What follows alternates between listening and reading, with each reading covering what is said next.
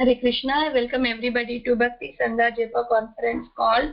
Today we are very fortunate to have His Grace Keshav Anand Prabhuji to enlighten us on topic Srimad Bhagavatam, 4th canto, 18th chapter, 15th verse onwards. Hare Krishna Keshav Anand Prabhuji, please accept my humble obeisances. Srila Prabhupada ki jai, Guru Maharaj ki jai.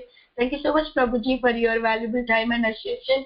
Please take over the call Prabhuji. Hare Krishna. Yeah, Hare Krishna. I think today's verse is 4, 18, 17. I think so. Yeah. I think we'll discuss this. 4:18. What's that? 15. Yeah, and onwards. Let's see what we can do. Okay, so I'll just pay obeisances and invocation. Om Namo Bhagavate Vasudevaya. Om Namo Bhagavate Vasudevaya. Om Namo Bhagavate Vasudevaya. So we're reading 4:18-15, and this is Kritva Vatsam Suragana Indram Somam Aduduhan Hiranmayena Patrena Hiranmayena Patrena Viryam Ajo Balampaya. Okay, so this is a verse, I think, this is a verse what is happening. They are trying to on the advice of Mother Earth, they're trying to revive Mother Earth and trying to bring I mean to say not only Mother Earth and trying to bring back order and trying to bring back remove anarchy. And Prithu Maharaj is, I mean to say the whole point is this whole thing what is happening is they are trying to bring back departments of knowledge and bring back various skills and also setting up many colleges. That's what is happening. I mean to say now it will come in so previously you might have heard that they transform Brahaspati into a calf and making the senses into a pot, and they make all kind of Vedic knowledge to purify words, minds and hearing. So they are actually trying to this is all a way of putting things, but they are trying to consult many sages and demigods and Gandharvas and Yakshas going in upper planetary systems and lower planetary systems, bring back to the earth knowledge and all the precious things from everywhere, and trying to make this earth glorious. That's what Prithvi is trying to do. Just like any king. A king, he wants all opulences, all knowledge, all name and fame for his kingdom. So Prithvi is the king of this entire earth, and he makes sure that earth again becomes glorious and people become happy. So this is one of the verse now here, and Srila Prabhupada writes here in this verse.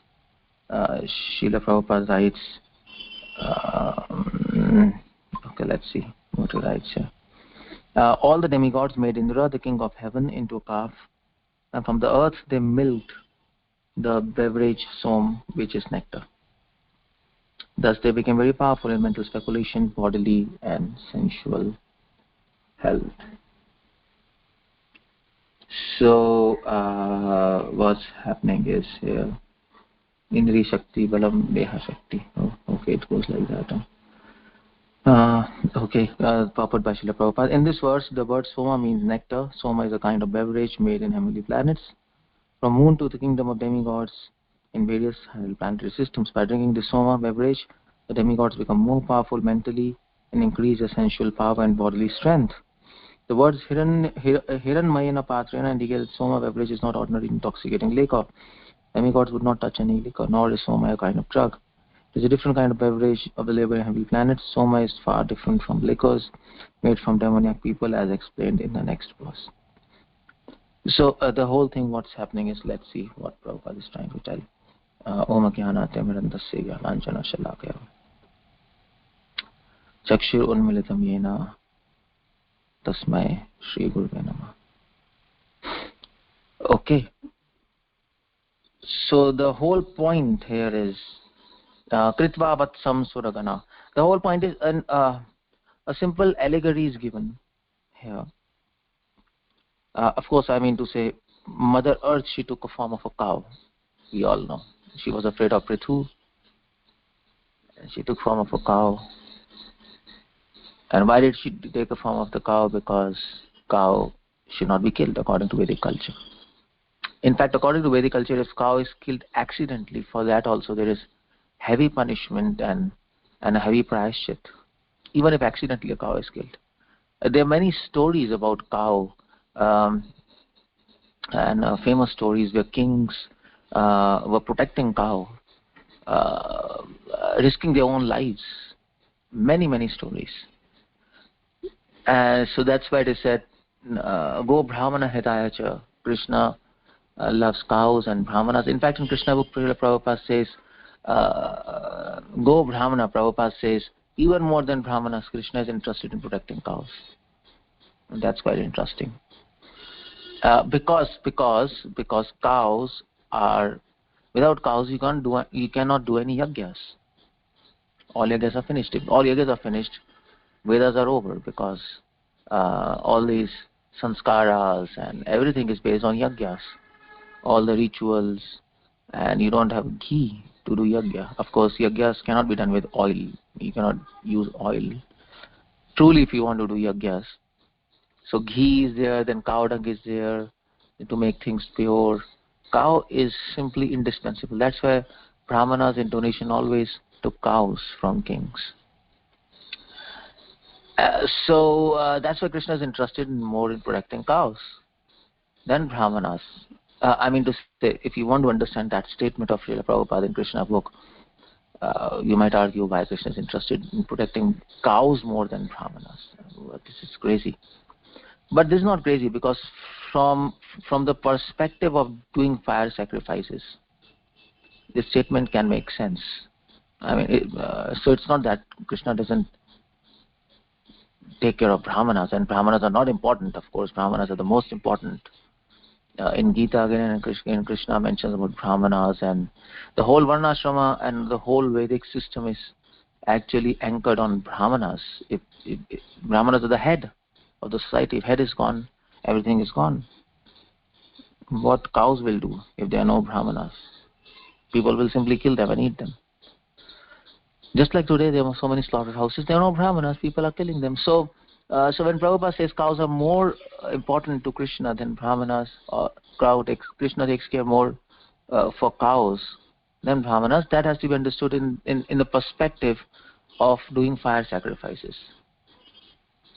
Otherwise, both are important. So anyway, so the whole point is Mother took from a cow. She understood that taking form of a cow, she becomes immortal. As long as she's cow, nobody can kill her. Especially Prithu, because Prithu is literal incarnation of God, and he will not do something which is adharma. At least he will go to the last limits and avoid killing a cow. That's the whole point there. So she took form of a cow, and so that's the allegory given here. Various people, they took form of a calf. Why? Because calf drinks the milk of a cow. And in fact, this allegory is given right in Bhagavad Gita Mahatmya, where it is said, so what's that verse? Dugdham Pitva. What's that verse? Gita Mahatmya. I'm just forgetting that verse. Where Krishna is a cowherd. Hare Krishna Prabhuji. Upanishad Gava. Oh yeah. Thank you. Yeah. So that verse is Sarva Upanishad Gava Dugdha Gopal Nandanam Partho Vatsa Sudev Dhustam Dugdham Amritam Mahat. It's the same thing, you see. Same example is used. The example which is the allegory which they are using, cow and a calf. Gita Mahatmya uses the same allegory. Sarva Upanishad Gava, so they made Upanishad as a cow. 𝗪𝗂𝗪 Nandana, and Krishna became the milkman, and Arjuna became the calf, and he drank the milk. See, it's a beautiful analogy. So that analogy is used here again and again in this section of Srimad Bhagavatam, and they're making calf, and they're making everybody as a calf. Indra has become calf, and Brahaspati becomes a calf, Yakshas become calf, and the whole point is they took the advantage of they actually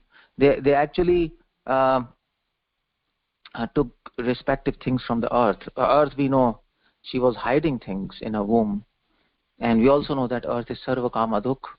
She fulfills the desire of everyone and all kind of desires for maintenance, for sustenance, but she was hiding. But here, as a cow and a calf, I mean to say, when a calf comes in front of a cow automatically she gives the milk. If anybody knows about cow and a calf, automatically. So that's why this example is given. Now earth has become liberal. You see the point here. Earth has the whole incidence between Prithu and earth, and there was a contract that okay, for people on this planet, for men, she said okay, they should do agriculture, and in that way they should produce food and then eat it. And then she might have also advised many other things, and Prithu was following, and by some system of actually cultivating earth or using the herbs of the earth and whatever, by the process mentioned by Shastras, they were actually trying to get so many things in the kingdom, Prithu and his followers, and they were again trying to revive the glory of the Mother Earth. And it was happening, and trying to bring management and order in the whole kingdom. So that's the whole point. So this is an example of Vatsam, a calf and a cow. That's how we understand here. Now what's happening is Indra, all the demigods made Indra the king of heaven. Now by this we can understand that there was a chaos not only on earth but all the three planetary systems. There was a big chaos at this time. I mean to say, if there was a chaos only on the earthly planet, literally incarnation of God would not have been so much necessary. Maybe not, but Prithu was especially powerful in the sense that he made a chariot, and the chariot could actually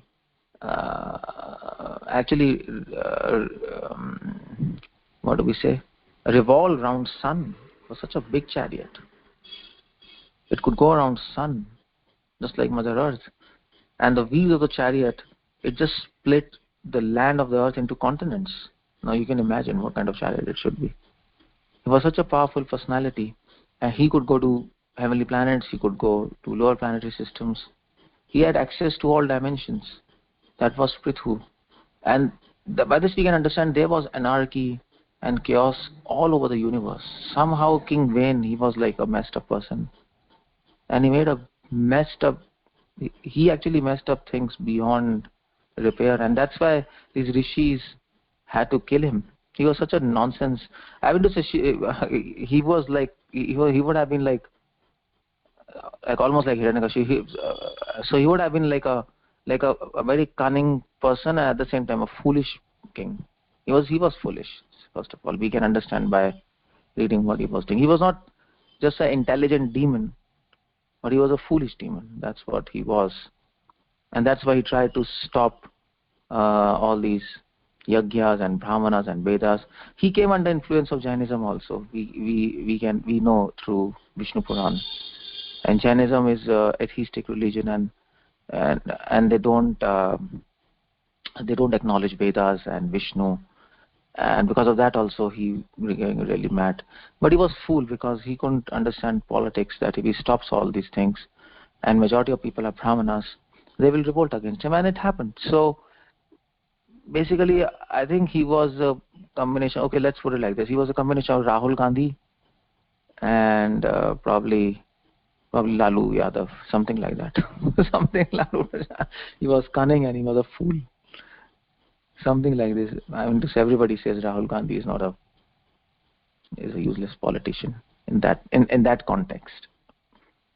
So he was a unique combination. He made a mess out of it, and that's why even Indra, all the demigods made Indra into a calf. So even Indra was really unhappy because what happened on earth, and of course, I mean to say, demigods also went into chaos because on the earth we know King Vain, he stopped fire sacrifices, and when fire sacrifices stopped and there are no brahmanas, demigods become weak. We understand from Vedic literatures, demigods get strength from fire sacrifices which people do on this earth, and Krishna says the whole cycle in Bhagavad Gita. So and when then they get strength, then they fulfill all the needs of people on this earth. They send rains and sunlight and moonlight and blah blah blah. So demigods would have become really weak. I mean to say, they would have become like really emaciated, and like, you know, like in Africa you see all these undernourished kids. They might have become like that somehow. So what to do? So demigods asked Indra, do something. Now again, situation on earth is okay, and from earth, Kritva Vatsam Suragana Indram Somam Aduduhan. So from earth they milked the beverage Soma. Somam. Aduduham. Aduduham matlab they milked. Now the whole point is that Srila Prabhupada says, from moon to the kingdoms of God. Now this Soma is a kind of beverage which actually goes from the moon. Actually, really, in real sense, the factories for making Soma is kind of beverage, and we'll talk about this in a few moments. But Soma is a kind of beverage, a type of wine, heavenly wine, which is very different from worldly wine, which is manufactured on moon. There are factories on the moon. That's all. You might say, we can't see these factories on the moon. Man went on moon, but the whole point is, yeah, of course, I mean to say, even if you agree man went to moon, but they didn't actually circumambulate the entire moon. Nobody has seen the entire moon, and that's why India was trying to launch the satellite on the south pole of the moon, where nobody has gone. Of course, their mission failed. I was just reading. So there are many places in moon which we have not still scanned, which we have not reached. And then also Srila Prabhupada says, even if you go to moon, you will not be able to see anything, because these demigods, they live in different dimension, and they will confuse you by their magic. That's also possible. So there are factories, there are palaces, there are so many things on moon, and in these factories they make Soma, and that's why moon is called Soma, because the main product of moon is Soma. That's the whole point. The name of that planet becomes Soma because on moon there are factories and factories and factories of Soma. I mean to say, everybody's in that industry of producing Soma. Everybody's a job there. 99% of people are working in those factories of making Soma and managing to export and import Soma. I mean to say, everything's Soma there. That's all. So they are making Soma, they are importing Soma. Sometimes they are exporting Soma also to various heavenly planets, and they're sometimes importing when there's a need. So when the demand is much, and they're not able to produce, so they import. So everything is Soma. So Soma, Soma, Soma. That's why moon is called Soma. You see the point there? Just like, for example, what's that? Just like, for example, this Reliance or Airtel. Airtel is mostly, when we say of Airtel, we think of internet, because Airtel is all about internet. So similarly, moon is all about Soma. So this Soma, they produce Soma. Now Indra, he actually made Soma. He actually milked earth for the beverage Soma. This means that even on the earth, they can get some herbs from earth, and then they can take to moon and produce Soma there. That's possible.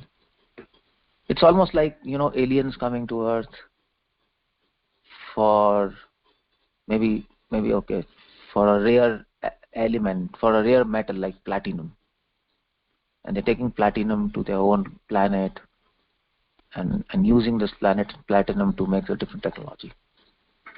So it is said that this Soma plant, it was available on Earth in the area of Pakistan, so modern Pakistan. This plant was available in deserts, Pakistan, Afghanistan, Arab countries, and demigods used to come and take that and produce Soma in their planet, moon. So this plant which actually produces Soma, actually I forgot the name of that plant. The plant that produces Soma. So there's a name of this plant, plant that produces Soma, and that plant is available on Earth, and that plant is available on various other planetary systems.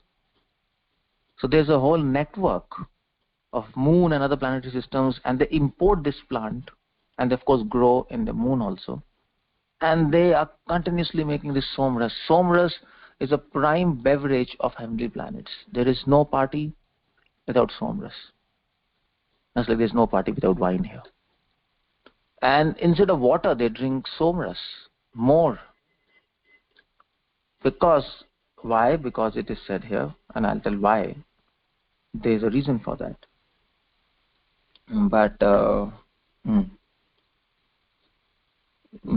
whole point is, let's see here. What's here? It's the secret of Soma plant. Soma plant. So the whole point here is, it's a big network and it's a big business for the moon, of course. The moon god is doing this business, and they're earning a lot. Of course, I mean to say, this also happens in heavenly kingdom. It's not that they're not earning and there's no currency. 𝗂𝗿 is the finance, the CEO of, and also the head of, the finance minister of demigods, and we know that. And we also know that sometimes some demigods go into debt and they have to take loan from 𝗂𝗿. It's the same system in heavenly planets, what is there on the earthly planets and what is there on the lower planetary system. It's the same system, but at the same time, okay, the plant is, okay, the Soma plant is called as ephedra. Some modern scholars say like that, and connected with Afghanistan and Iran, yeah. So in Persia, this plant was available in Persia, ephedra. And in Chinese language, this Soma is called as 𝗲𝗲. 𝗲𝗲. And in ordinary language, it's called as ephedra. Somniferous was that botanical name, but it's called ephedra. So this is what is Soma. So you see the point, see? So it was available in China, 𝗲𝗲. The name was 𝗲𝗲. Scholars put it like that. It was available in Persia, this plant, and Afghanistan. It was called as ephedra, and of course it would have been available many areas. But the whole point is nobody knew how to make Soma. So it was imported to demigods. Demigods, I meant to say, previous to Kali Yuga, there was a space travel allowed, and demigods were coming in and out. And we might be giving them Soma plant and in exchange of something, and then they took it to moon and then they produced that Somras. Okay, so that's one reason for which demigods used to visit Earth. One of the many reasons. You see the point? So that was a whole point there. Yeah. Anyway, so yeah, so you can do some research there. Not so much, you can see that yourself. So the whole point is, the whole point I'm making is that yes, so Indra, he got, Earth was hiding things, and now she's freely giving so many things. She's even providing Soma plant. Nowadays you don't find Soma plant, but you can. I mean to say, if you still go to Afghanistan and Pakistan area, still they sell a tea which is made of Soma plant. They call it a Soma plant, and they make a tea, and in the markets you will get this tea made of Soma plant. You will get this tea made of ephedra. Still, if you go there. But of course, it doesn't have the same effect what demigods make, because the process of making Som Ras is different. Soma plant might be available here, and you might make a tea out of it, and you can get some kind of energy. But to make Som Ras, nobody knows the technique, and it's there in Moon factory. So okay, so Indra was very happy. She was liberal, charitable. She was giving things, and Indra took this opportunity, and Indra came and took this Soma plant. And also, of course, in exchange of that, they might have given Somras to some of the people on the earth, but they milked. And why they milked Soma plant? Now the whole point is why Prithu is allowing earth to give Soma plant to demigods. This was given as a sacrifice and as presents to demigod, so that they can provide rains and sunlight and moonlight for the agriculture. That's how it went. And once agriculture is there, there's food, and once the food is there, the problem is solved, because the whole problem was there was no food. People were dying. And that's where the whole story began. Prithu became angry and he wanted to kill Mother Earth. So what's so special in Soma? That's the whole point. Why demigods want this Soma? Because of Viryam, Ojo, Balam, Paya. Now Soma is a kind of Paya. Paya means a drink. Paya means milk. A drink, for example. And this drink is stored in Hiranyamayana Patra, in a golden vessel. Somras is to be kept in a golden vessel. Because if you don't keep Somras in golden vessel, it will deteriorate. You can't keep Somras in iron vessel, in glass bottles, just like this wine is there. You can't do that. Because if you do that, the Somras will get spoiled. So you need gold vessels. So at large, I mean to say, even if you want to produce so much Somras, you need big golden vessels, and that's difficult, to hide, and from thieves and all those. In Moon, there's no problem. Moon, everything is made of gold. Even streets are made of gold, Prabhupada says. Streets, they are not made of cement, they're made of gold. You can imagine? That's how rich Moon is. So their gold is a very, very ordinary commodity, it seems. So they have golden vessels, and they keep Somras there. Of course, for Somras, they need golden vessels. They might have got some security system, but they have these golden vessels, and they keep in golden vessels. So just like it is also said, milk of a lioness, that should be kept in a golden vessel. Otherwise, in any other vessel, it will create a hole, and by some chemical reactions. Because it's the milk of a lioness is very powerful, very acidic, and as soon as you keep in any other vessel, it will get corroded, and there's a hole, and it gets spoiled, and the milk will also get spoiled. But so milk of a lioness has to be kept in golden vessels. Similarly, Somras is to be kept in Hiranyamayana Patra. And what's so special in Somras? Why these demigods are mad after Somras? Because of three things: Viryam, Ojam, and Balam. Now the whole point is Ojam. Viryam means Mana Shakti. So the Somras gives mental power. Prabhupada says mental power, Mana Shakti. Viryam. It makes the mind very, very strong. Strong for what? Strong for doing meditations.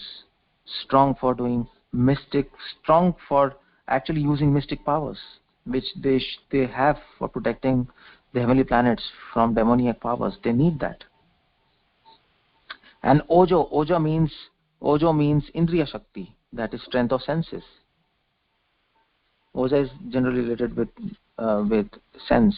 So they need strong senses, because strong body has a strong mind. If their body is weak, their mind will be weak. So they need strong bodies. And Balam. So Balam means Deha Shakti, strength of body. So the difference between Oja and Balam is Oja means strong senses.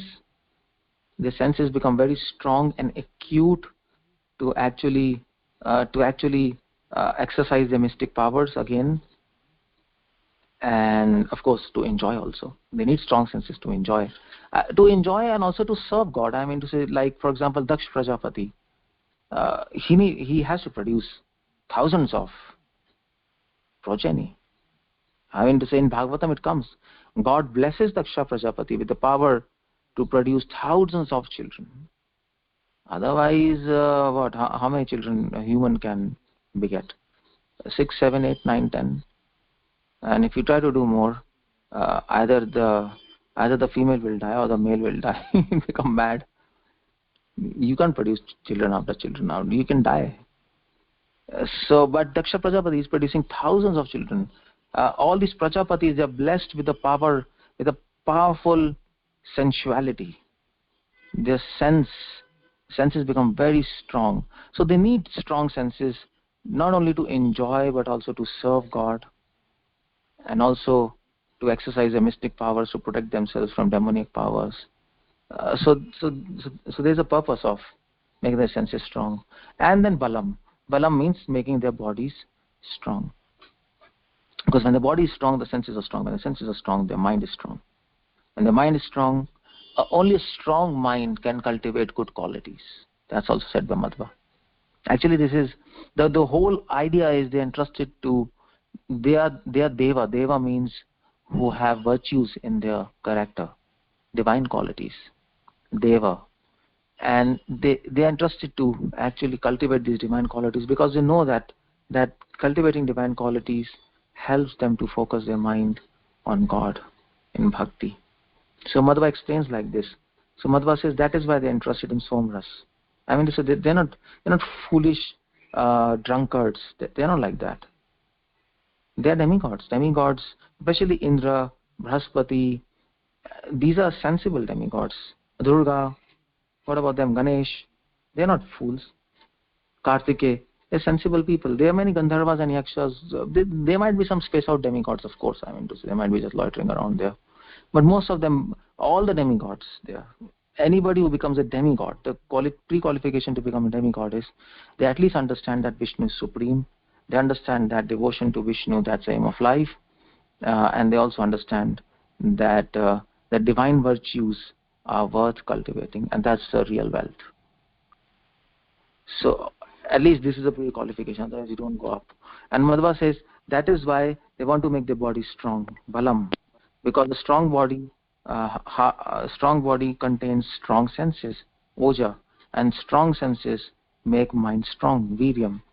And when the mind is strong, then you can cultivate good qualities. Otherwise, if the mind is not strong, you will get fear, and your mind will be weak. You will not be able to nourish and cultivate good qualities. And the more good qualities you cultivate, the more morning I was talking of Brahmanatva. The more Brahmanatva you have, the more the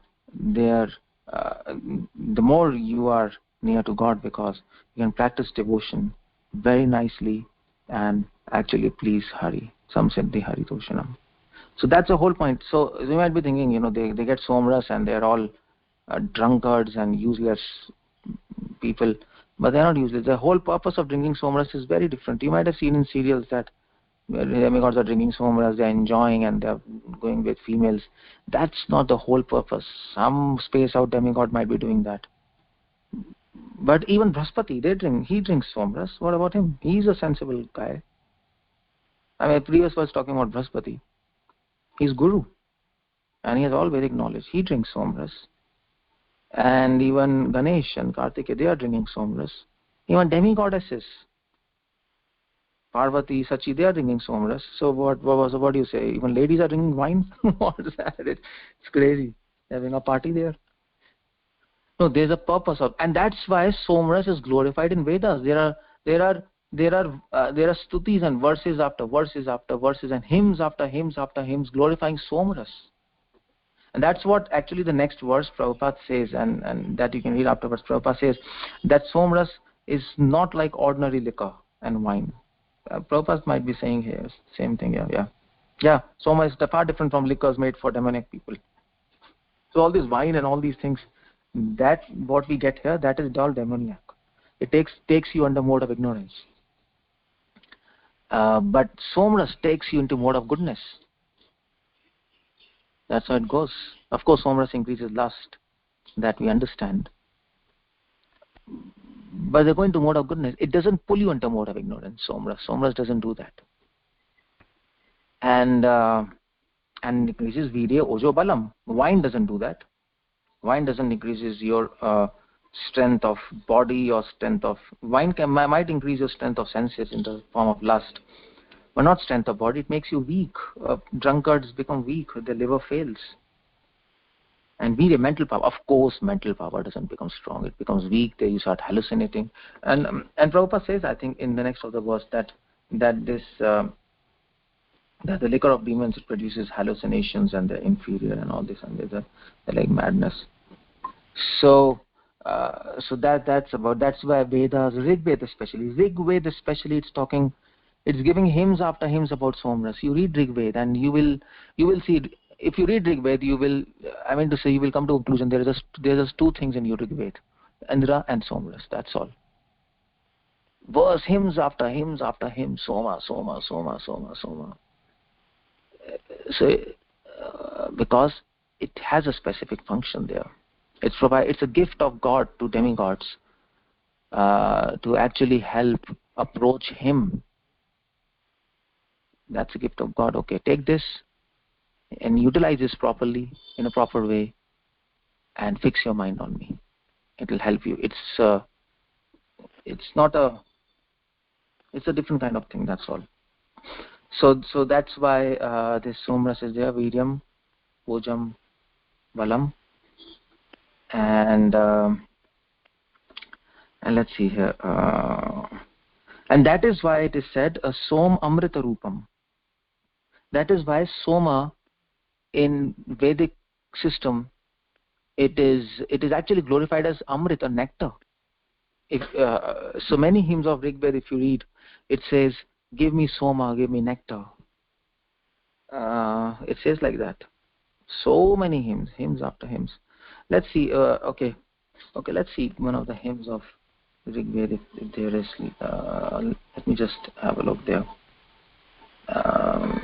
Okay, this is Vedas and Rig Veda, and this is translation.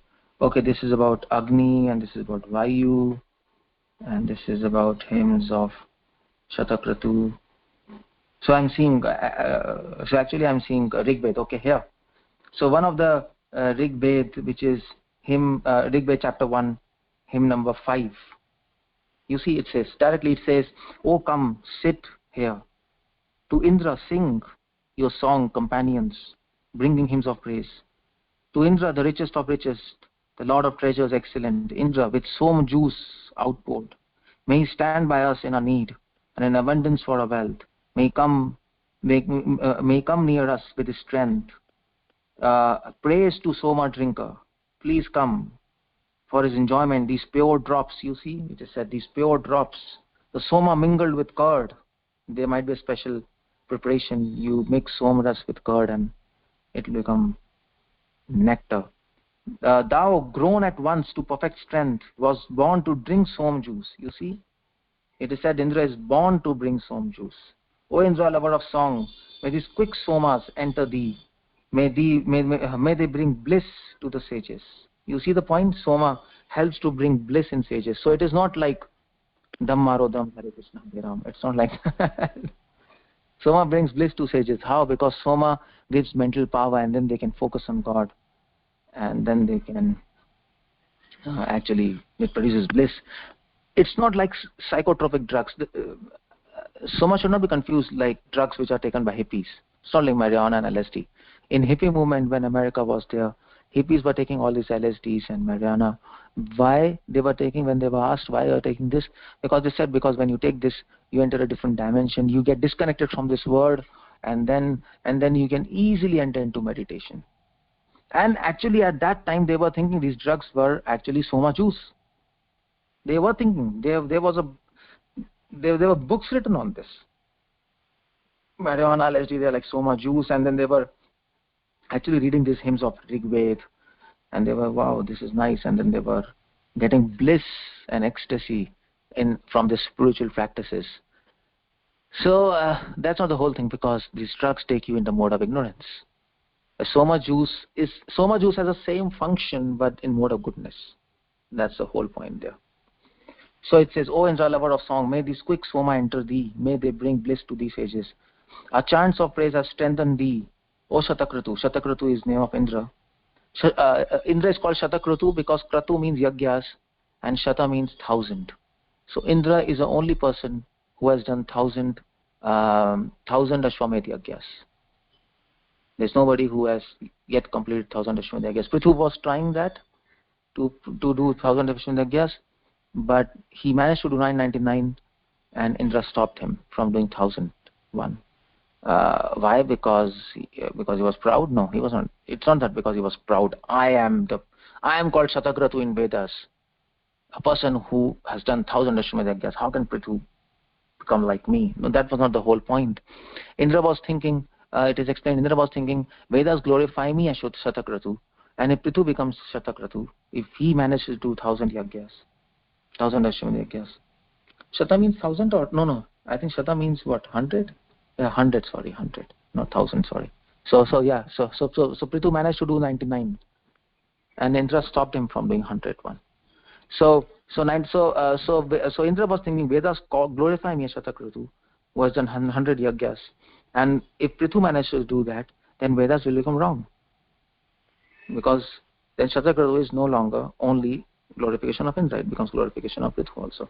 So to protect Vedas, he actually stopped Indra to do 100 yajna. You see the point? That's a very different outlook. A very different outlook. You see the point? Externally they are fighting. Externally they are fighting. And that fight externally, it seems, for pride and for name and fame. But the fight was actually Indra, and in fact Indra actually cheated Prithu in the whole incident. He stole the horse by cheating. So why he was doing so many things? He was cheating, he was taking many forms to deceive Prithu. And it seems Indra has become mad. Why? Because he wanted to protect Vedic knowledge. That's the whole point. Vedas are God. And demigods will do anything to protect Vedas. Because protecting Vedas is protecting God. That's how it goes. So, for protecting Vedas, they will even cheat. They will go to the extent of cheating. Or Arjuna went to the extent of killing to actually protect the mission of Krishna. And everything is justified. To protect religion, to protect Shastras, to protect God and His mission, he can do anything. And that all those actions become divine and pious. And any action which is done to protect oneself, it becomes sinful. And that's what Krishna says in Bhagavad Gita. Yagya shishtasina santam uchanti sarva kilvishay tetum agam papa ye pachanti atma karanat. Now that verse is generally linked with food, that any food which is not offered to God is sinful. But that verse, all the commentators, they also link. Yagya means all activities. All activities can be offered as sacrifices. So that verse says any activity which is not offered to God, or not offered to God means any activity whose purpose is not to please God, that is simply sinful, because then it means it is to please oneself or one's own kith and kins and people. Tetomagam papa, they're simply producing sins. And yagya shishtasena santo, and anybody who's any activity, whether it might seem as abominable activity in the eyes of people, it might seem like that, just like killing from Arjuna or cheating. Indra is cheating. It's nasty. But if it is done for the pleasure of God or protection of Krishna's mission, Krishna's name and fame, or Krishna's scriptures, it is yagya shishtasena muchanti sarva kilvishay. Actually, it helps to eradicate sins. So Arjuna killing people, it's not in fact entangling Arjuna in sins. Basically, every killing which Arjuna is doing it is helping him to eradicate his sins. That's interesting. The more killing Arjuna does in Kurukshetra, the more sinless he will become. And what do you say about that? Because Muchante Sarva Kil Vishayi, Yagya Shishta Asena Santo. He's doing on the orders of God. The more you kill as an army man, the more medals you will get, isn't it? That's the same thing. So that's the whole point there. Somras helps in this. Somras makes your mind so subtle. Viryam and Oja. This Virya means mental power. And the mental power means it makes your mind subtle to actually understand all these complexities, all these subtle concepts of Vedas. And when they understand these subtle concepts of Vedas and the subtle dimensions of this universe and the subtle laws and truths of this universe, then they can connect themselves to God, and then they can serve God properly. That's the whole point. For us, we just have to connect with Him, God, and go back. For demigods, it's a very different story. They have to connect with God, and they have to remain in this material world, and their service is to manage this material world. So to manage this material world, they have to understand even the subtlest law of this material world. Otherwise, they can't manage. For us, it's a very different story. We don't need somras because we don't need such a mental power, because we don't have to manage this earth or entire planetary systems. That's not our job. We have to do devotion and go back. But I was thinking, why these people need so much Virya, Oja and Balam? Because they have to manage the entire planetary system. Daksha needs Oja to produce progeny. His service is that. Indra, Vayu, Agni, they need this mental power to actually access various dimensions of this universe, to give sunlight and rain and moon, and then coordinate this whole system. It should be very complex. And then also to understand subtle laws. Dharmraj, Yamraj, needs to understand all the subtle laws, that there is absolutely no error in judgment. They need Virya, they need Ojo, they need Balam. They can't afford to become tired. And that's why it is said demigods don't become tired. They don't become tired because they're continuously taking somras. They need this because it's a heavy job. They are 24/7 busy. Sun is 24/7 busy. The sun doesn't get a holiday. Even on Sunday, sun is going from east to west. Sun never stops. Moon never stops. They need such kind of power for serving God. And that's where somras. And who is giving them such power? Somras. You see? That's where somras is glorified like that. And that is why it is said the power in somras is God Himself. And Krishna says in Gita, of all plants I am Soma, isn't it? Of Aushadhinam I am Soma. What's that? Of all Aushadhis I am Soma. I think he says in Bhagavad Gita there. So this power of giving Viryam, Oja and Balam in Soma, and at the same time keeping people in mode of goodness, that unique combination, because generally when you get power and you are going to mode of ignorance, but they remain in mode of goodness, because this power is coming from God. It is good power. It is good power. It is not demoniac power. In the wine and beer, there is a demoniac power there. That's a demoniac power. But here is a divine power in somras. And that is why glorifying Soma in Rigved, it's like glorifying God. You see the point? That is why Soma is glorified. Because it's glorifying God. Because the power is in Soma. Is God Himself. I think it's there in Vedas. Aushadhinam, of all Aushadhis I am Soma. Of all herbs. Somewhere it's just Soma, yeah. I think you can search Soma. Soma, if you type, it will come. So yeah, so like that. So that's about this verse. And okay, let's see. Okay. So that's why Soma is called Amrita. It's called Amrita. Amrita means eternal. Soma is glorified as Amrita. Somam Amrita Rupam. Because why Soma is glorified as Amrita? Because in itself, drinking Soma, you don't become eternal. That doesn't happen. But Soma helps you to attain immortality. Because Soma helps you to attain helps you to do devotion and helps you to serve God nicely, especially in context of demigods. And if you serve him nicely, you become immortal. That's why Somam Amritam Rupam. And that's why you see when Sukadeva Goswami was speaking Bhagavatam, it is said that demigods came to Sukadeva Goswami and they said to him, you please recite Bhagavatam to us. And Bhagavatam is called Amrit Katha. Simply by hearing Bhagavatam, you can become immortal because you can get connected to God. So they said, okay, let's do a contract. You give us Bhagavatam, we'll give you give us one Amrit and we'll give you another Amrit. You give us Bhagavatam Amrit and we will give you Soma Amrit.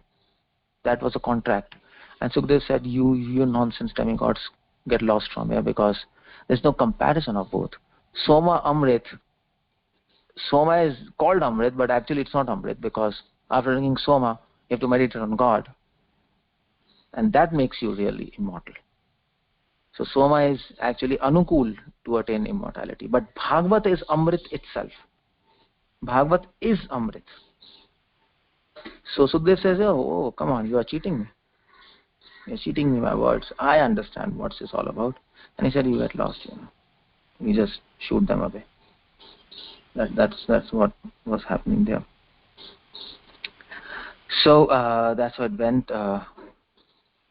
Now, what else can I tell you? I think, I think this is it.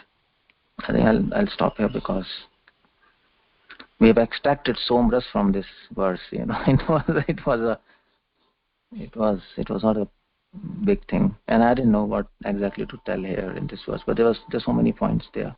This word, by the way, Hiranyamayana Patrena, this comes in Isopanishad, if you really remember that. It comes in Isopanishad. What's that verse? Hiranyamayana Patrena Satyasyapi Hita Mukham Tattam Pushama Apavrinu. That verse goes like that. Tattam Pushama Apavrinu Satya Dharmaya Kalpate. Something like this. So there it says, oh my Lord, please show your face, beautiful face. The prayer goes like that, which is shining like gold. Hiranya means gold. So here, of course, the word is used in a very literal sense. Hiranyamaya Patrena. Patrena means pot. Hiranyamaya means gold, golden pot. But there, when it's used Hiranyamayana Patrena, it is said that Hiranyamayana Patrena is Upanishad. So there it is said that, oh my Lord, Satyasya Apihita Mukham, please show your face to me. Satyasya, which is full of truth, and which is full of splendor, and which is like Hiranyamaya, which is like a golden plate. And that says like that. Hiranyamayana Patrena here. By golden effulgence. Patrena means there in this Upanishad by dazzling effulgence. Their patra is used not in a sense of pot, but in a sense of divine patra. That means patra in that sense. What do we say? Patra means a pot. Patra also means an eligible person. Patrata, qualification. Patrata, patra. So here in that sense it is used. A golden qualification. Oh my Lord, your face is full of golden effulgence, truth and purity. When we see you, we immediately are actually affected by absolute truth, by absolute effulgence, by purity, by purity. And that's the whole point. So you see the point is so that is Isopanishad verse 15. You can go and read that verse 15. The same thing is used. Hiranyamayana Patrena, the same there. But the difference is here in this verse, Hiranyamayana Patrena is used in a very literal sense. Hiranyamaya means golden, Patrena means pot. But here it is used. Hiranyamaya is golden, of course golden, and Patrena means effulgence. So you have a golden effulgence. And this verse is actually very important, Hiranyamaya Patrena, because it's many times it is used in Vedas. If you read Vedas, especially Hiranyamayana. And yeah, here again it is, oh yeah, Prabhupada quotes here in the purport. So Mundaka Upanishad also says, Hiranyamayana pare koshe virajam brahma nishkalam. Again and again this word Hiranyamaya comes. And Prabhupada says, the Supreme Personality of Godhead, Krishna is full of potency, and after the removal of Hiranyamaya patra, one realizes Vasudevam Sarvamiti. So Hiranyamaya patra also can mean a golden effulgence, and that can also mean Yogmaya, because Krishna says Yogmaya Samavrita. I cover myself with this effulgence of Yogmaya, and that's what is Hiranyamaya patra now. And when that's removed, then you can see Vasudev. So you see the point like that. So I'm giving example of Sanskrit, where same word can mean many things. Hiranyamaya patra can also mean golden pot.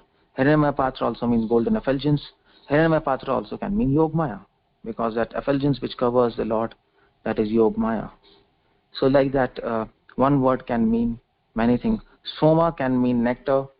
Soma can mean also mean moon, because moon produces Soma.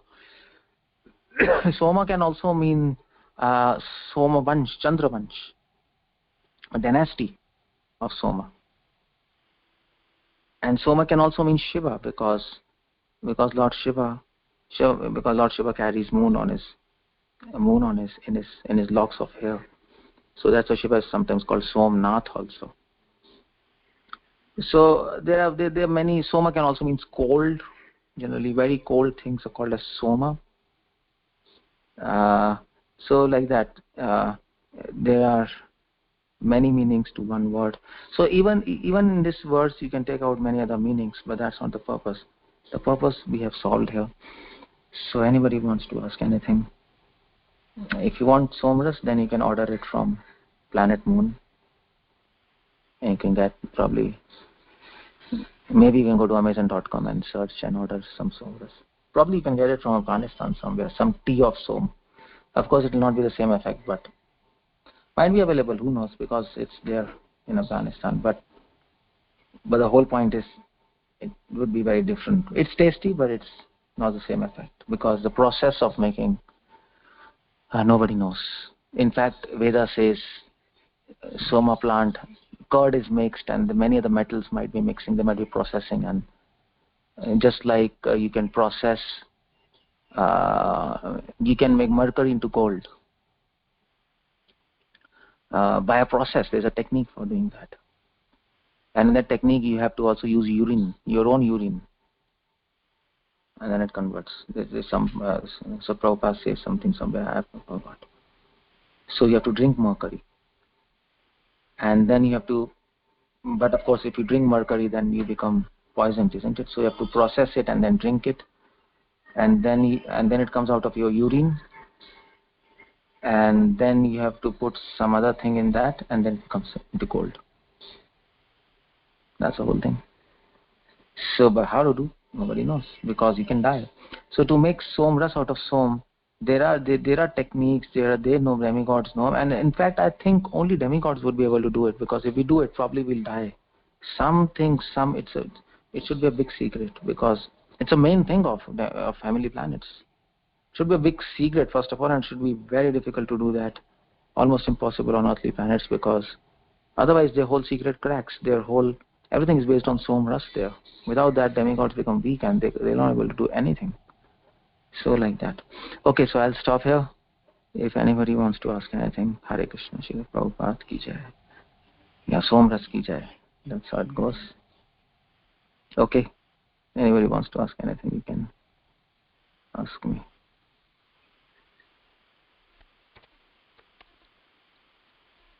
Hi. Hare Krishna. Hare Krishna, Prabhuji. Thank you so much for the beautiful class. Is there anybody having any question? Hare Krishna, Prabhuji. Dandavad Pranam. Srila Prabhupada, Srila Gurudev ki jai. Thank you very much for your assistance. Hare Krishna. Okay. Hare Krishna, Prabhuji. Dandavad Pranam, Prabhu. This is Sureshwar Sham from Charlotte, Prabhu. Thank you, Prabhuji, for very nice, interesting points and very detailed information on the Soma juice or rasa part. Prabhuji, one question. In Bhagavad Gita, if you see in 9th chapter 20 verse, right, this is mentioned, Prabhu. Those who study the Vedas and drink the Soma juice, seeking the heavenly planets, worship me indirectly. And 920, Prabhu. This is 921. Where it is given? In 920, Prabhu. Chapter 9, verse 20. So Gita, no? Yeah, Gita, Prabhu. Yes. Yeah. Fine. Oh, yeah. So you got it, huh? Yeah, Trai Vidyamam Som Paputa Papa. Yeah, you're right, huh? Yeah. Prabhuji, this verse and next verse, if you see, Prabhu, it's giving in the context of sensual enjoyment, Prabhuji. When studying the Vedas and drinking the Soma juice, is directing to think in the way of their whole enjoyment. Their whole enjoyment in Swargalokam is Tetam Bhuktva Swargalokam Vishalam. Their whole enjoyment is not like our enjoyment. Prabhupada says in the purport, one is promoted to higher planetary system, enjoys a longer duration of life, better facilities for sense enjoyment. You see? So their whole thing is not like us. Like for us, sense enjoyment is sex and violence and, it's like that. Or maybe gross sense enjoyment, just eating and sleeping and mating, you see.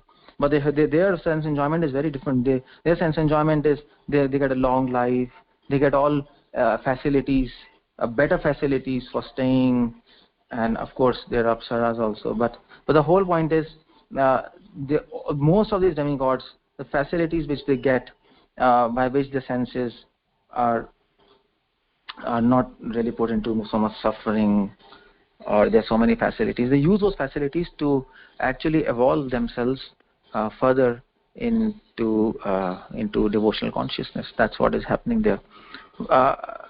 This I'm talking about major demigods.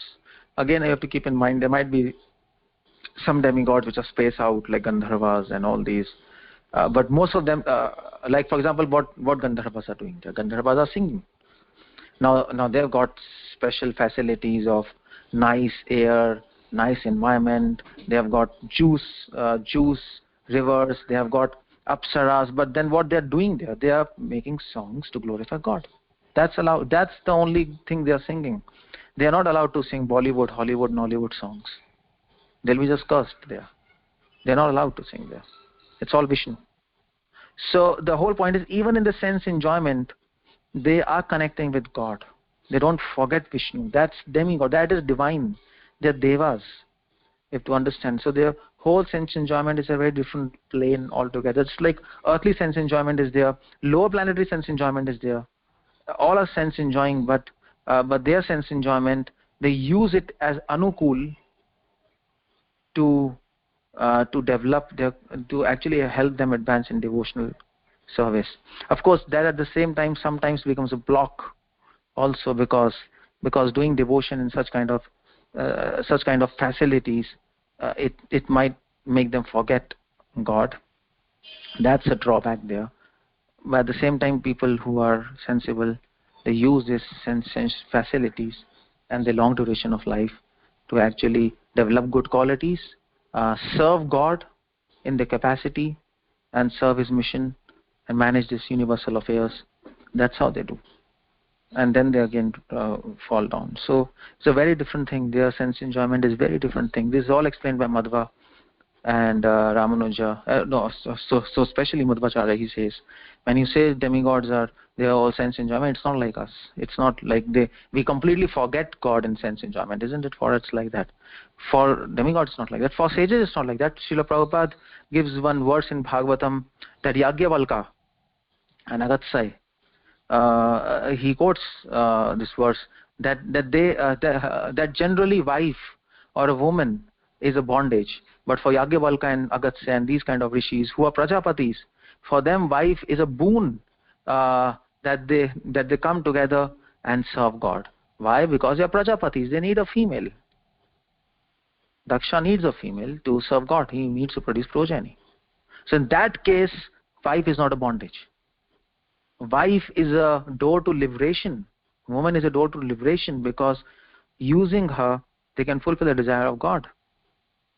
So demigods are very expert and very alert and full of all virtues, and they can use these facilities to serve God. There's the sensual enjoyment, the sensual pleasures, they can use it to serve God. Here also it's like that in Krishna consciousness. So just like we get better facilities, so then we can serve Krishna better, isn't it? Suppose if you have to write a book, you have to do something research, then you need some facilities. You need a good place to stay and food and at least a good environment so your mind works. So then you can say, oh, so then it's such a they're enjoying sensually, but no, you need that to do some research, to write books. Just like so many sannyasis in ISKCON, they get so many facilities. Then what do you say about that? You get car, you get nice rooms and this and that and AC and everything. So are they enjoying? Yes, there's enjoyment in that. Of course, there's enjoyment. It's comfortable, it's everything nice. But at the same time, they're using all this in service of God because they're expert and they are not only expert but alert, and they are conscious of what they're doing. So they are able to use it. So like that. So they use. So that's the whole thing. We have to understand in that spirit. Otherwise what happens? Otherwise you make demigods like dogs and cats, isn't it? If you say then they fulfill sense enjoyment and they fall back. So then are they dogs and cats, or what's happening? If they're just doing sex with apsaras and drinking wine, what's happening? They are not like barbarians. Otherwise they become malechas. Then what's the difference between malechas and demigods? Malechas are also doing the same thing, drinking wine and doing sex and enjoying and having parties. Do we mean to say that, or interpret this verse like that? If you interpret like that, then they are malechas. They are out of Swarga. That's all. So it's not like that. So we have to interpret it in a very different way. And that interpretation is provided in Madhva. That what do you mean by tetam bhuktva swarga lokam? What do you mean by sense enjoyment in heavenly planets? So when in heavenly planets, so Madhva even goes to the extent when in heavenly planets these demigods are doing sex with their wives or apsaras, they're in a very different consciousness. It's not like what we do. They are doing for actually progeny. They are doing in such a fashion that the whole mind is absorbed in actually God, in divine consciousness. Now, what's happening, we can't understand. But whatever they're doing, they're trying to connect it with God. In fact, when generally demigods, they do all this enjoyment with apsaras, they do for their pleasure, just like Krishna is enjoying with gopis, and then they're serving. These apsaras are serving their masters, and then they are glorifying God. It's actually even I mean to say, what to talk of spiritual world. Even heavenly planets are beyond our conception. That Madhva says, because we are like cats and dogs. We can't understand any damn thing, and that's why you see the point. This your whole point is important there, because most of the devotees, they think, yeah, demigods are like sense enjoyers, they're bloody barbarians, they're drinking wine and apsara. Come on, it's crazy. They're demigods. They are divine. Divine means Krishna says in 16th chapter, demigods are full of all divine qualities. Devi gun. That's the whole point. They are glorified in Vedas. So their level of things are very different. So that's how we have to understand this whole thing. Is it clear? Is it clear to you? Yeah, yes, Prabhuji. Yeah, thank you, Prabhu. Very clear, Prabhuji. Yeah. Prabhu, one simple question, Prabhu. When we mean heavenly planets, it means all the planets above the earth till Satyaloka is heavenly planets, Prabhu? All the planets above Satyaloka? No, above the earth planet. No. Above earth planet there is Bhuvar. There above Bhu means earth. There is Bhuvar. Bhuvar Lok is where all these yakshas and subtle entities, pishachas, they stay. ghostly things, they stay there. Bhuvar, plain Bhuvar. And above Bhuvar is Swaha, which is Swarga planets, where there is Vayu, Indra, Chandra, and all these things, Surya, Gandharvas. And then above Swarga is Maharjanas Tapasatte. Those planets, Rishis and Tapasvis and devotees and Brahma and very advanced people who are Brahman realized, they stay. So those are different, and Swarga is different. Okay, Prabhu. Yeah, thank you, Prabhuji. Hare Krishna, Prabhu. Hare Krishna. Prabhu, this is off topic. From I was reading Krishna book with my sons, and my son brought up this question, Prabhu. In chapter 6, in the killing of Putana, we had Yashoda Amma and Nanda Maharaj. They were worshipping the deities of Vishnu, and they were reciting Vishnu mantra. So his question was basically, they don't know about Krishna because there was no Krishna avatar at that point in time. So so is it that they thought Vishnu is the Supreme Personality of Godhead? So I just thought, okay, let me ask you and then clarify him. Oh, actually, for them, Krishna is not supreme. For them, Krishna is a baby, and they can't. Even if you tell them he's supreme, they'll not accept it. So of course, if Krishna is not supreme, then they should be worshipping someone. So in general, what Vedas state is Narayan or Vishnu. People generally traditionally worship Narayan, Vishnu. So their local deity was Vishnu. Actually, their local deity was actually Vishnu, or their local deity was Narayana, in the form of Narayana. Vishnu in the form of Narayana. So, or maybe the original form of Vishnu, Narayana, and that deity, which actually they were worshipping in Braj, isn't it? That deity which they were worshipping in Braj. Yes. That deity is that it is still there in Guru Vayu.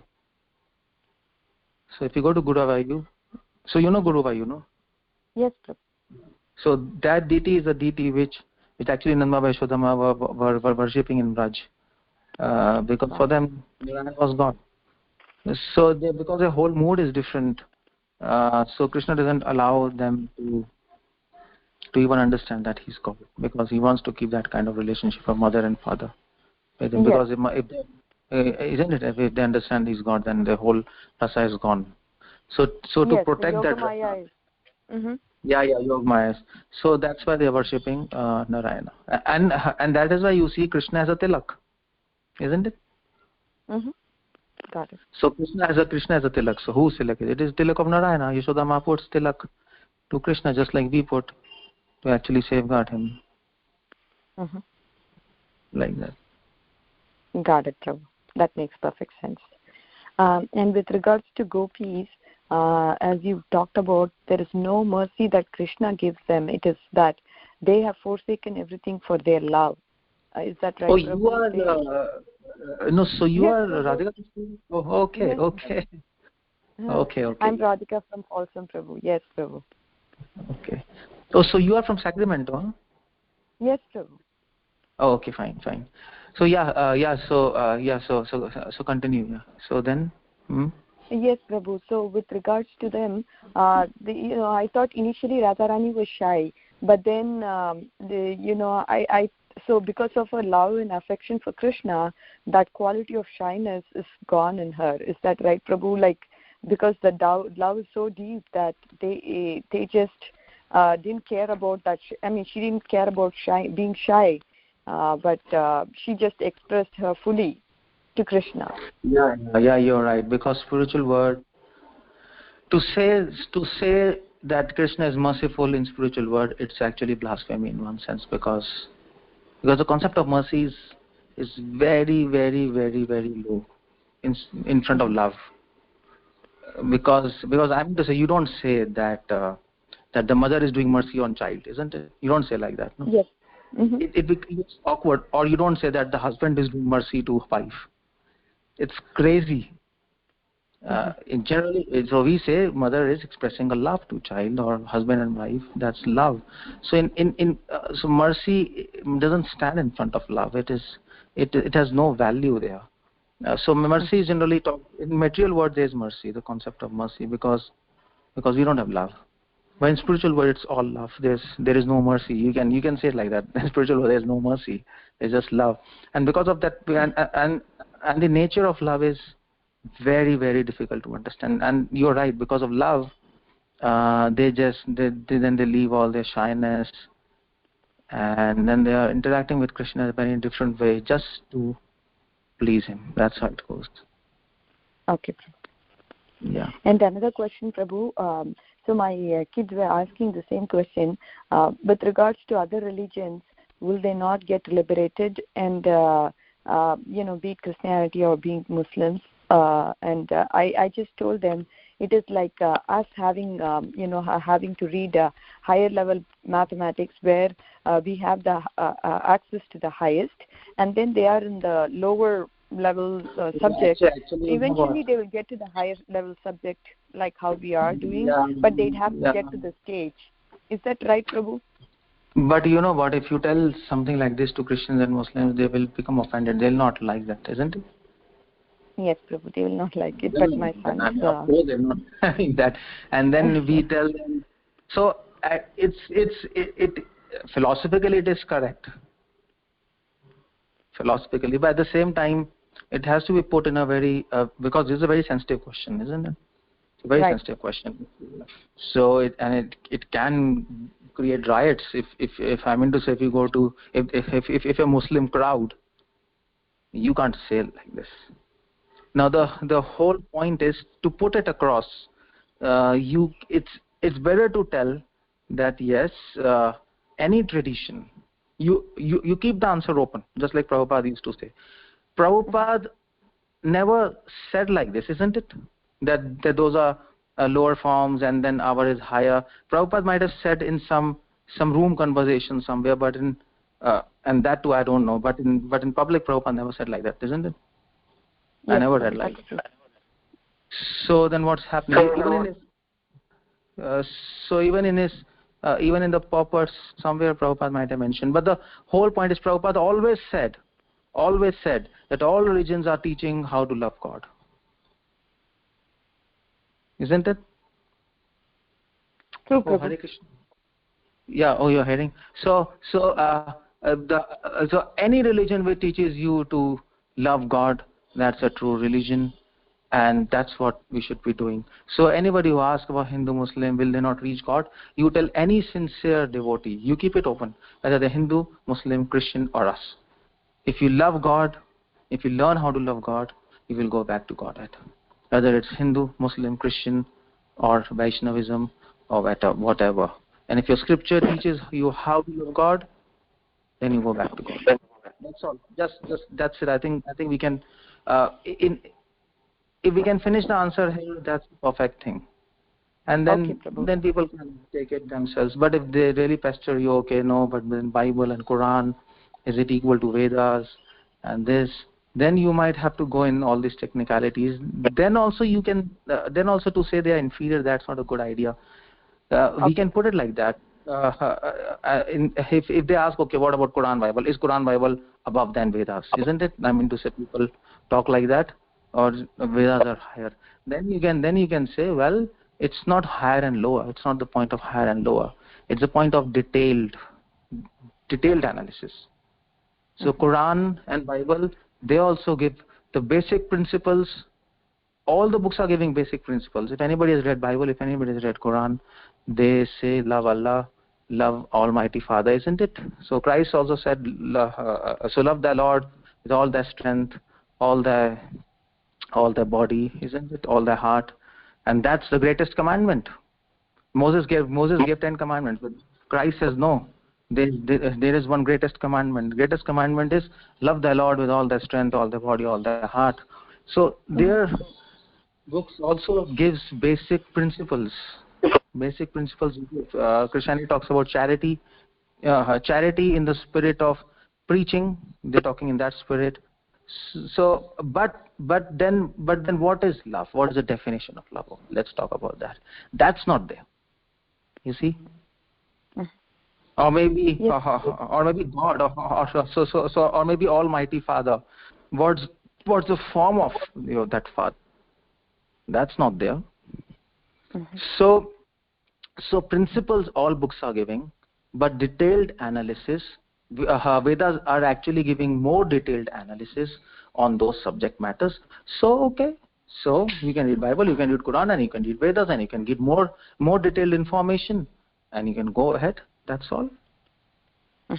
Then actually, you know what, it makes sense, and then people can accept. And because as soon as we talk about the inferior, we are higher, it becomes, isn't it? It becomes funny. Who will accept it? Right, Prabhu. Like that. Especially when with regards to regulative principles, they don't have, so meat eating is allowed, and that's when this question came with my sons. They do drink, so is that okay? I mean, for them, it's not prescribed for them to do that, hence they are not doing. Maybe they are loving God, we don't know, but, since... But nobody, you can tell your child that good Christians, they don't eat meat. I mean, this is all... I mean, previously, many orders in Christianity, like for example, Orthodox Christianity. Orthodox Christianity. This is all modern Christianity, Catholicism, and Protestants, and even among Catholicism and Protestants, there are some orders which don't eat meat. I've met many of them naturally, and they understand that mercy is what God likes, and they don't eat meat. And Orthodox Christians, they don't eat meat. Orthodox Christians, they're banned, and they said that they say according to real Hebrew Bible text, meat is not allowed. Thou shalt not kill. Prabhupada was emphasizing on that, isn't it? So they don't eat meat. Even good Islam, even good Muslims, they don't eat meat. I've met so many of them, because they understand that Allah is all merciful. And Quran doesn't make meat eating compulsory. You see the point there? Quran says if you have to eat meat, then you follow this process, but it's not compulsory. In fact, in fact, one of the famous Sufi saints, I think his name was Ibn Bakur, I forgot his name. He's a very famous Sufi saint, and he writes that once there was one prophet in Quran where one person came and asked that prophet that can we eat. So that person comes to prophet and he said, you see the point, everybody's eating meat, and so without offering sacrifices of meat to Allah, so we will not become dear to Allah. But as far as I'm concerned, as soon as I think of meat, I actually have disgust. I cannot eat meat. I cannot actually even sacrifice an animal. So that means Allah will never have mercy on me. So what do you say that? So Prophet Muhammad, that person came to Prophet Muhammad, the Sufi saint. He's actually writing that story, and then so Prophet, he said, okay, you go back and I'll ask Allah. And then he comes back, and and then he said, okay, so did you ask the Prophet? So he asked Prophet, did you ask Allah? Prophet said, yes, I asked Allah. And Allah said, yes, people who sacrifice meat to me by the procedure which I told them, they are dear to me, and they will come back to me after this life. But tell this person who is having disgust even to see animals being killed, he will not come back to me after this life. He's already there within my heart. Now, that's also there. So, if you read Quran and Bible and other traditions, people understand. True people understand. Like that. Okay. Thank you so much, Prabhu, as always, for your detailed responses and detailed talk on the subject. Thank you so much, Prabhu. Hare Krishna. Hare Krishna, Prabhuji. Dhanot pranams. Thank you so much, Prabhuji. Maybe a different class, giving a different perspective of demigods and somaras. and also wonderful question and answer sessions. Prabhuji, I don't know if you have time. This verse from Bhagavatam, Canto 8, Chapter Which one? 5. Chapter 5? No, Canto 8, Chapter 5, Text 34. Yeah, okay, let me just open it. Canto 8, Chapter 5, Text 34. Text 34. Yeah. Soma. Oh, it's talking about Soma. Yeah. Soma mano yasse samananti. Okay, yeah. So what is Soma? The moon is source of food, brains, strength, longevity for all demigods. Is also the master of vegetation, the source of generation for all living entities. As stated by learned scholars, the moon is the mind of Supreme Salty Godhead. May the Supreme Salty Godhead, the source of all opulences, be pleased with us. Yeah. So, yeah, this is nice. Prabhuji, here it's mentioned that Soma is a source of food grains, and therefore the So I was wondering if you can tell more on actually, this. Yeah, actually, what is this? Soma is a source of food grains because it is the moon which provides rasa in food.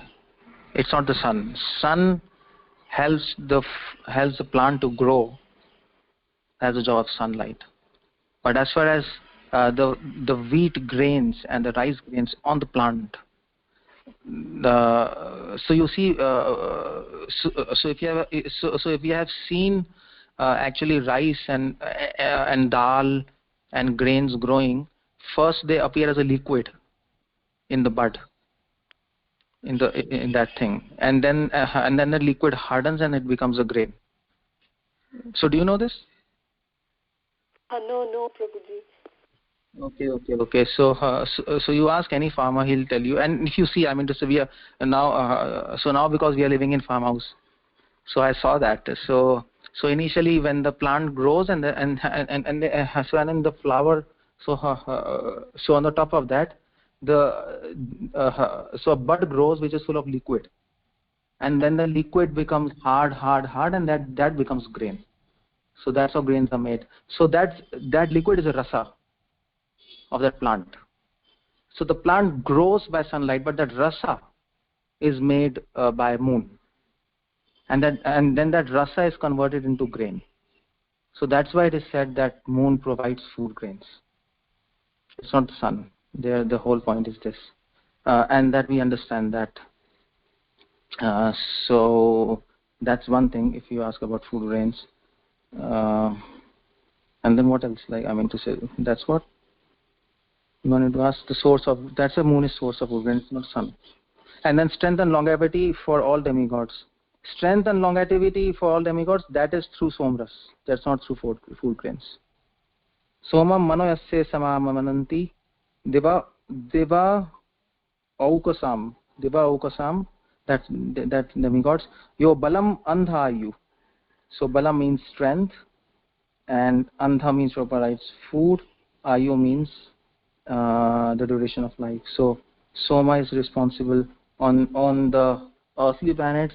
It provides food grains, energy food grains. On the heavenly planets, it provides strength and longevity by Somras. That's how it goes. And then he's also the master of all vegetation. He's a master of all vegetation. Now, this is the Isho Naganam Prajana Prajanam Prasidatam Na Mahavibhuti of all vegetation. Yeah, it's not there in Sanskrit, but probably they're taking the food as vegetation. But Naganam. He's a master Isha of Naganam. Not sorry, it's not Naganam. It is Naganam. Naga means actually vegetable. So if you go to Punjab, if you say nag, nag means what in Punjabi? Nag. I think in Punjabi, if you say nag means a bunch of anything, a bunch of something. So generally vegetables are given in bunches. They're tied and they're given. So naganam means vegetables, So vegetables. So moon is a master of vegetables because the whole point in vegetables and fruits is the taste. Otherwise, they're useless. I mean to say, if all vegetables have no taste, then everything will be like potato. So that taste is provided by moonlight. Sun doesn't provide the taste. So that's how it goes. So it's a master of vegetations, and that is why if the more moonlight there is, the more tasty the vegetables will be. And that's why when you so that's why you see this this modern cultivation which they do in this greenhouses. Yes, so you know about greenhouses, no? So they cover it. Hare Krishna. Yeah, yes, Prabhuji. Especially in the winter, we use that here. Yeah. So they cover the whole field, and especially in China and America, then they're also doing indoor vegetables and all this with artificial things. So the whole point is those vegetables don't have any taste. They are very big.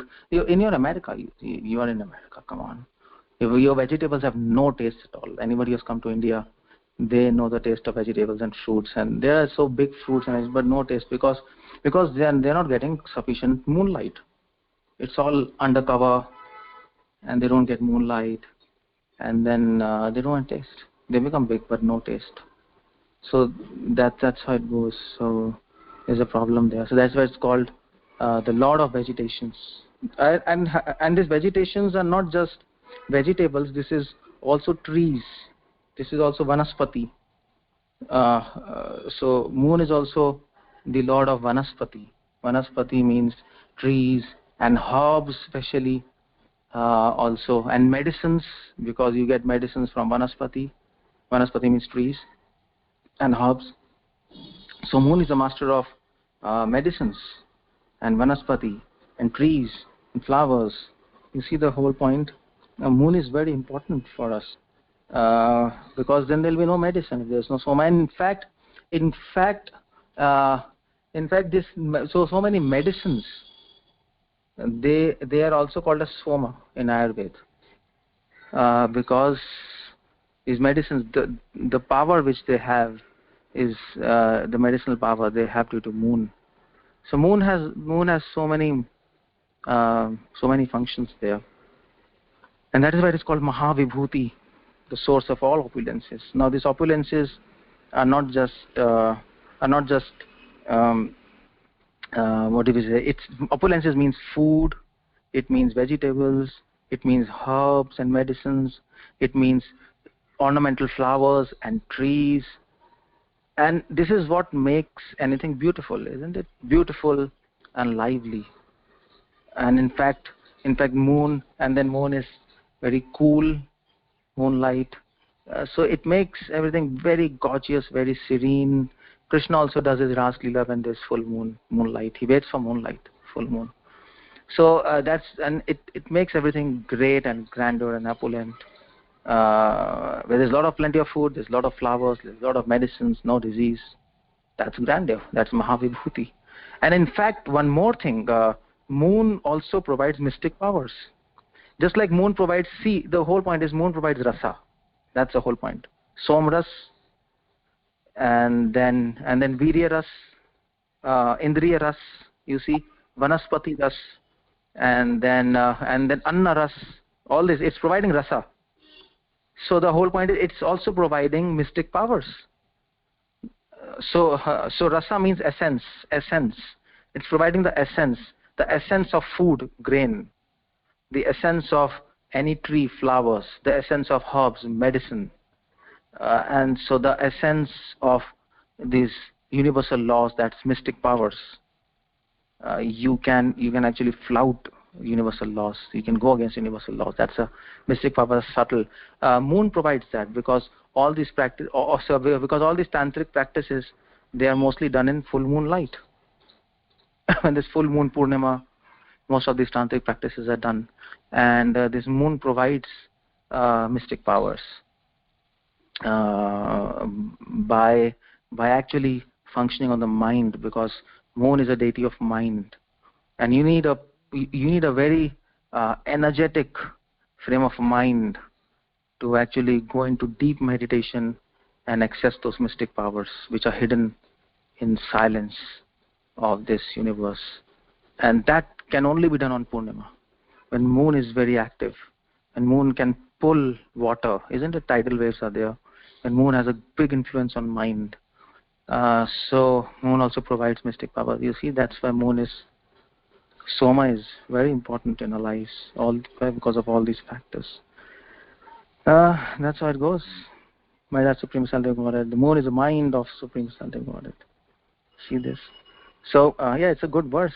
Yeah, 8.5.34. Yeah. Oh, so how did you get to this verse? You just searched it or what? Hare Krishna. Yeah, thank you so much.